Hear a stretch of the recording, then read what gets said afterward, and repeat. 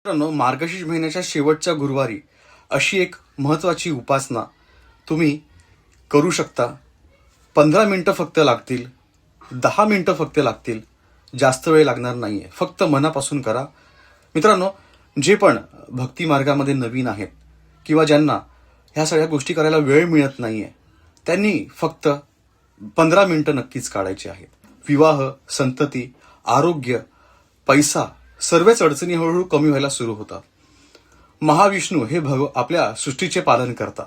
त्यांचंच अत्यंत महत्वाचं स्तोत्र हे तुम्हाला मी सांगणार आहे.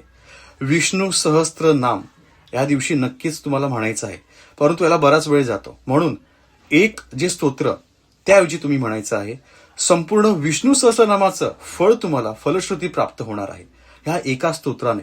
मित्रांनो, आणि ह्याकरता काही नियम नाही आहेत, फक्त श्रद्धा महत्वाची आहे, आपला मनातला भाव महत्वाचा आहे. तुम्हाला मी जो मंत्र सांगणार आहे तो मंत्र मी कॅप्शनमध्ये पण देणार आहे. नक्कीच तुम्ही मनोभावे एक वेळा जरी म्हणालात मनापासून तरी खूप आहे, परंतु एक माळ म्हणजे 108 वेळा नक्कीच हा जप करायचा आहे. ह्याची काही बंधन नाही आहेत.